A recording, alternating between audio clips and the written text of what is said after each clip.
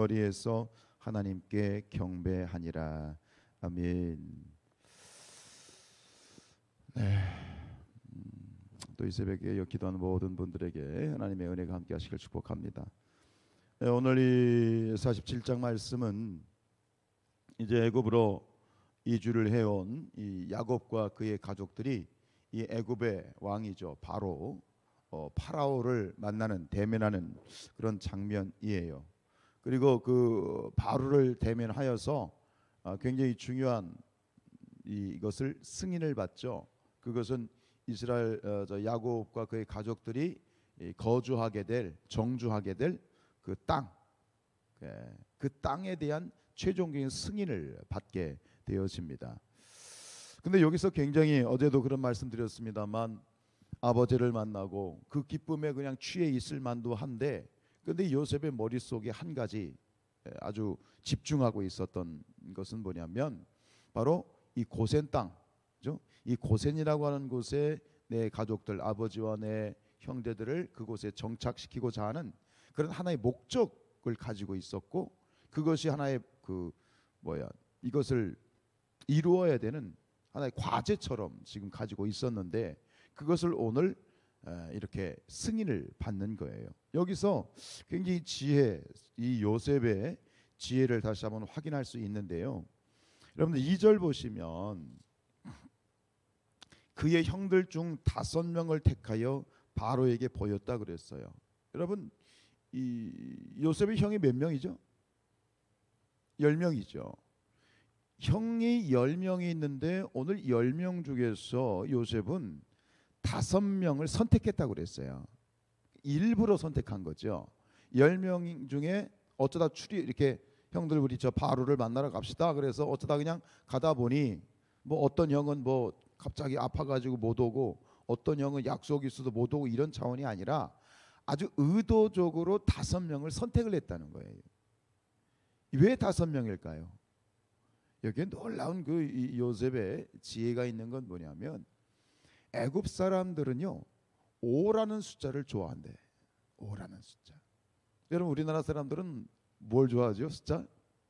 보통 뭐 럭키 7, 7, 또 뭐 3, 3번 3 이렇게 좋아하는데, 중국 사람들은 8이라는 숫자를 좋아한다고 하잖아요. 8을 발음할 때 빠라고 하는데, 이 빠자가 이 한자에 뭐 재물을 얻는다, 혹은 뭐 재산을 모은다, 돈을 번다라는 그런 뜻을 가지고 있는 필발자, 우리나라 필발, 필발자 있잖아요. 그 필발자와 발음이 비슷해요.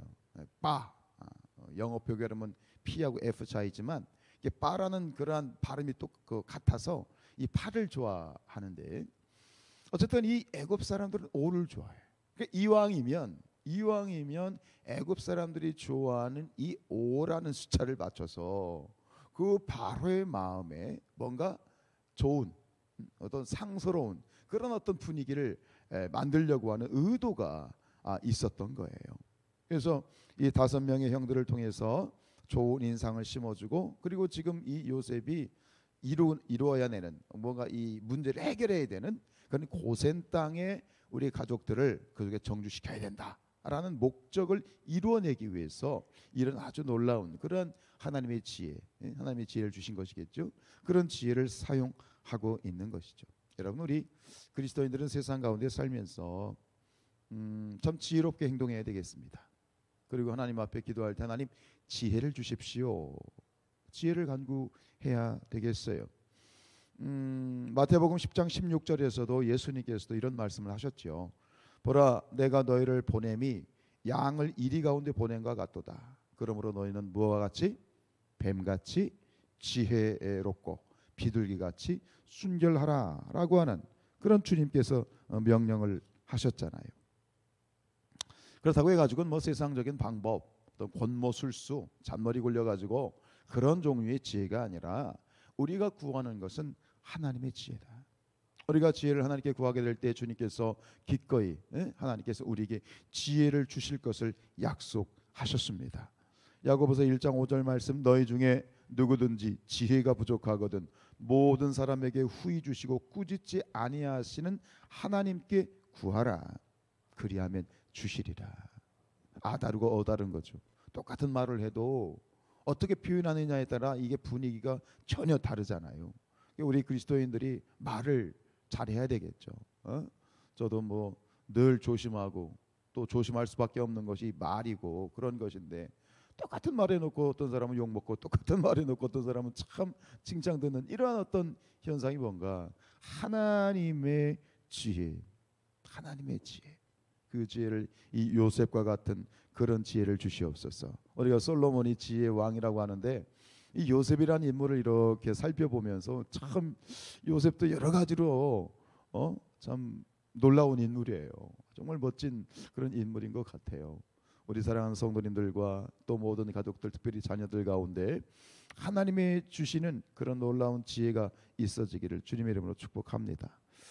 자, 그래서 이제 최종적인 승인을 받게 되고 이어서 13절로 후반절 의 뒷부분에 보면 이제 이 기근이 2년이 지나고 2년, 그러니까 2년 대기근이 끝났을 때쯤, 2년이 지날 때쯤 그 가족들이, 야곱의 가족들이 내려왔잖아요. 앞으로 5년이 남은 거죠.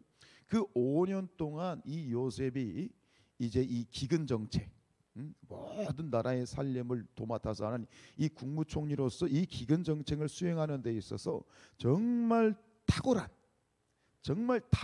그런 정책을 지금 쓰고 있음을 쫙 나열을 하고 있는데, 참 이 요셉은 참 지혜로울 뿐만 아니라 참 성실한 거죠. 신실한 거죠. 사람들이 보면 좀 머리가 좋으면 잔꾀를 부리잖아요. 머리가 조금 좋으면 자꾸 머리를 써서 이상한 쪽으로 흘러가는 것이 사람의 인지상정인데, 요셉은 참 지혜로울 뿐만 아니라 또 뱀같이 지혜로울 뿐만 아니라 비둘기같이 순수한, 순전한 그런 어떤 이 주님의 말씀을 완벽하게 가지고 있는 참 하나님의 사람인 것을 볼 수 있어요. 이 모든 정책을 도맡아서 하는 것은 요셉이에요. 왕도 모든 걸 다 요셉에게 다 이임을 했어요.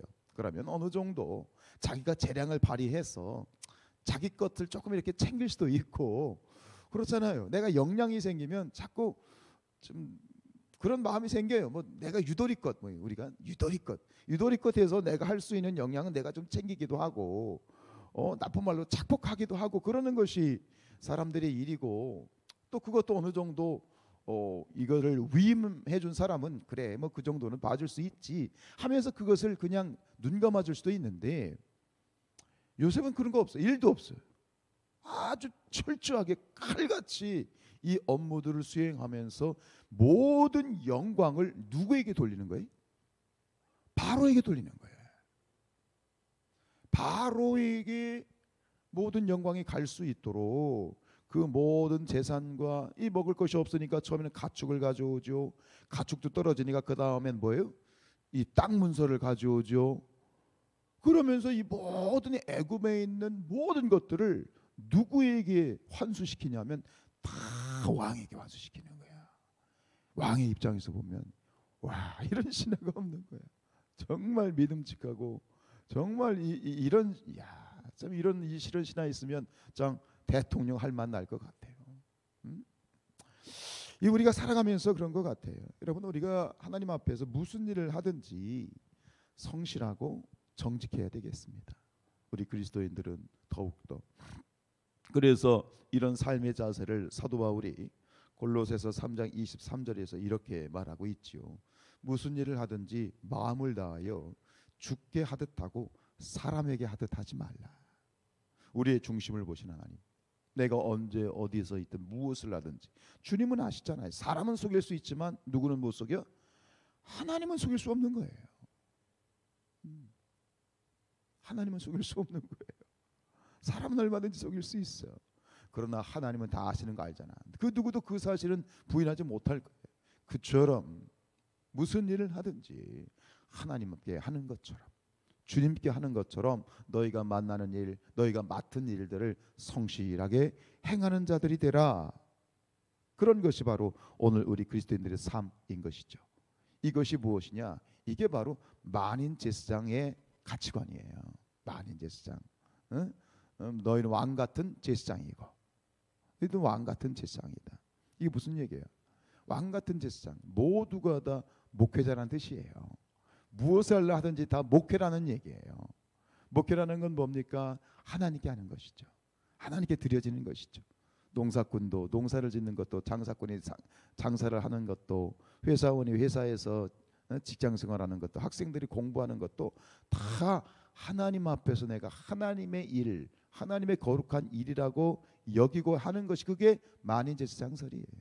이게 무슨 얘기예요? 이게 내가 사람에게 대하는 것이 아니라 하나님을 대하듯 나는 살겠습니다 라고 살아가는 것, 이게 바로 성도의 아름다운 가치관이지요.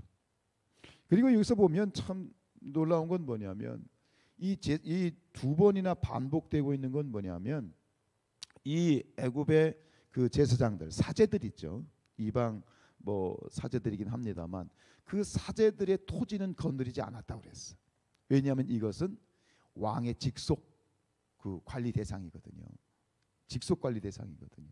이 모든 것들 가운데 전부 다 아주 이 왕에 대한, 자기가 섬기는 이 주인, 주인님에 대한, 상관에 대한, 권세에 대한 참 철저한 어떤 이런 어떤 이 자세, 정말 너무 멋진 것 같아요. 그래서 26절에 보면 이렇게 사람들이, 애굽 백성들이 이렇게 고백하잖아요. 그들이 이르되 주께서 우리를 살리셨사오니 우리가 주께 은혜를 입고 바로의 종이 되겠나이다. 요셉을 주라고 부르죠.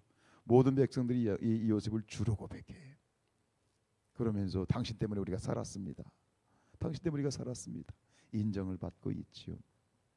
여러분, 우리 그리스도인들은 앞과 뒤가 똑같은 사람이 되어야 되겠습니다. 누가 보든지 안 보든지 성실하게 인정을 해주든 인정받지 못하든 내가 맡은 일을 최선을 다하는 그런 것이 우리 그리스도인의 삶이 되어야 되겠습니다. 우리가 보면 그렇지 못할 때가 많이 있어요. 그래서 세상에서는 이렇게 살아가는 사람들이 세상에서 잘 드러나지가 않아. 그래서 세상에서는 생색도 내야 되고 또 공치사도 해야 조금 사람들이 알아주죠. 그리고 이렇게 말없이 자기를 성실하게 하는 사람들은 때로 오히려 이렇게 모함을 받거나 또 공격을 받기도 해요. 이상하게. 그게 세상에 좀 그런 어떤 그런 모습인 것 같아. 그렇다 할지라도 우리에겐 하나님이 계시지 않습니까? 하나님을 바라보십시다. 하나님이 인정해 주시고 알아주십니다. 잠언서 28장 18절 말씀, 성실하게 행하는 자는 구원을 받을 것이니 구원을 받을 것이나 굽은 길로 행하는 자는 곧 넘어지리라. 성실하게 행하는 자는 구원을 받을 것이다. 주님만 바라보시고 주님 앞에서 우리에게 맡겨주신 모든 일들, 맡은 자에게 구할 것은 충성이니라라고 하는 것이 1차적으로는 하나님께 대한 우리의 성도의 자세겠지만 세상 가운데에서도 마찬가지라고 생각해요. 맡은 일에 대해서 최선을 다하는 것, 죽도록 충성하는 것, 그것이 하나님 앞에서나 세상 사람들 앞에서나 우리의 올바른 삶의 자세가 되어질 수 있기를 주님의 이름으로 축복합니다. 기도하시겠습니다.